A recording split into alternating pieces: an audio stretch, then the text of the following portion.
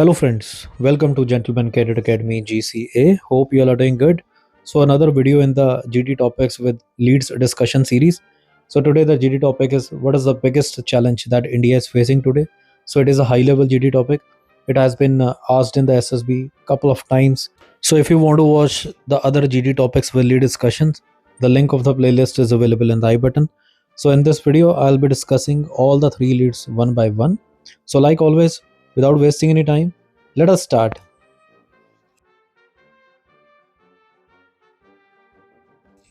So, starting with the video. So, the topic is which is the biggest challenge India facing today. So, the first lead is internal security challenges, for example, Naxalism. Second is enemy countries like China and Pakistan. And third is agricultural crisis. So, let us discuss each lead one by one. So the first lead is internal security challenges. So as we know that India's internal security landscape is complex and it's ever evolving, presenting significant challenges in maintaining peace and stability. And one of the most prominent internal security challenge is the insurgency and the armed conflict in the regions such as Kashmir and the northeastern states, where various separatist movements and insurgent groups they have been active for decades. And these regions have witnessed not only military confrontations but also deep social and political unrest compounded by ethnic and religious tensions. In Jammu and Kashmir, for example, the issue of autonomy and territorial disputes with Pakistan has been central to the insurgency, while in the northeastern states, various indigenous communities have raised demands for self rule, often resorting to violence in the pursuit of their goals. And the rise of terrorism, particularly cross border infiltration from neighboring countries, continues to destabilize these regions and also create a challenging environment for law enforcement and security forces.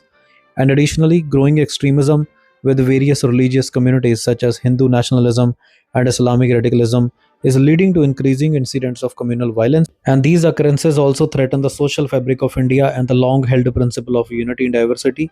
And the challenges extend to urban areas as well, where incidents of violence, cyber crimes are on the rise, particularly in the growing influence of social media, amplifying hate speech and fake news.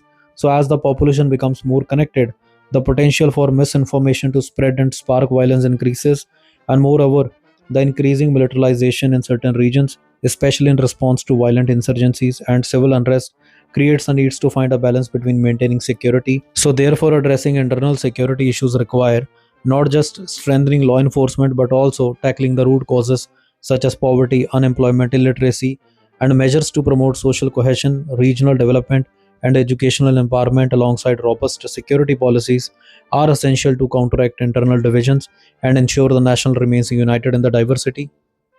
Then the second lead is China and Pakistan. So India's external security challenges are dominated by its relationship with the neighboring countries like China and Pakistan, and both the nations present distinct but critical threats to India's national security and geopolitical interests. And the complex nature of India's border disputes with China, especially in the regions of Ladakh and Arunachal Pradesh, has led to various skirmishes and prolonged standoffs such as 2020 Galwan Valley clashes, which highlighted the growing military and strategic rivalry between two powers. So, while both the countries have engaged in the diplomatic talks over decades, tensions continue to simmer, particularly with China's aggressive military posture and its Belt and Road Initiative, which encircle Indian Ocean and potentially threaten its influence in the Indian Ocean. And China's growing military capabilities, along with its increasing investments in infrastructure in Pakistan and other neighboring countries, present a formidable challenge to India's security framework. And China's support for Pakistan, especially in military and nuclear domains, complicates India's security calculations.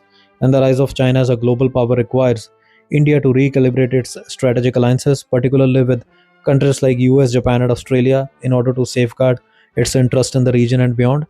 Then, talking about Pakistan, which remains a persistent source of insecurity due to its unresolved territorial claims over Kashmir, and the long standing hostility between both the countries has led to several conflicts and the constant risk of cross border terrorism, which continues to undermine peace efforts. And Pakistan's economic and political instability, coupled with its nuclear capabilities, make it a volatile neighbor. And India's challenge is not only defending its border but also managing diplomatic relations with Pakistan in a way that ensures security without further escalation. So, finally, to address all these external security threats, India must continue to strengthen its military capabilities, enhance strategic partnership, and play an active role in multilateral forums. And a delicate balance of defense readiness, economic diplomacy, and regional cooperation will be crucial in managing its relationship with both China and Pakistan. Then finally moving to the third lead, that is agricultural crisis. So India's agriculture sector, which employs more than half of the population, faces a multitude of deep-rooted issues that threaten its sustainability, impact food security for millions. So despite being world's second largest producer of food grains, India's agricultural economy is struggling due to outdated farming practices, low productivity, and an over reliance on climate dependent crops, and poor access to irrigation facilities, especially in the dryland areas, and inadequate technological interventions have made Indian agriculture vulnerable to the increasingly erratic monsoon patterns brought about by climate change. And these issues are exacerbated by overexploitation of groundwater resources, leading to depletion and the subsequent threat of water scarcity. And the growing distress among farmers, coupled with their economic vulnerability, is a significant challenge. The prices of agricultural produce remain low, often failing to cover the cost of production, leaving farmers burdened with debt.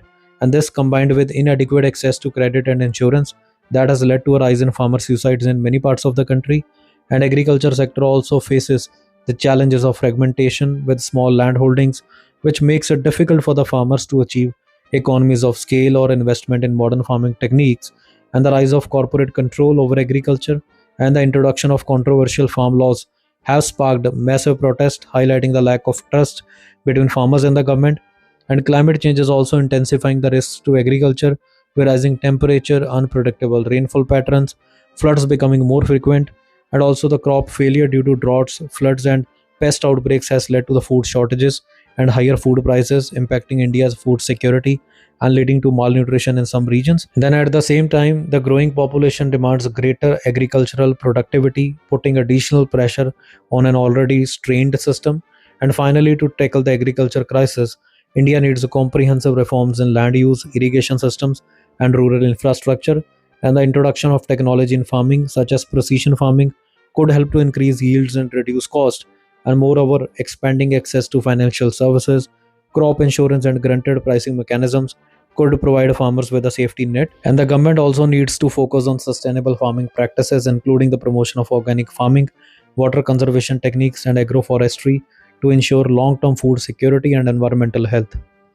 So, friends, this is all about the discussion of all the three leads for the given topic, and I hope this video will be helpful for you. So, until then, keep learning, keep watching, and keep supporting. Thank you, and best of luck.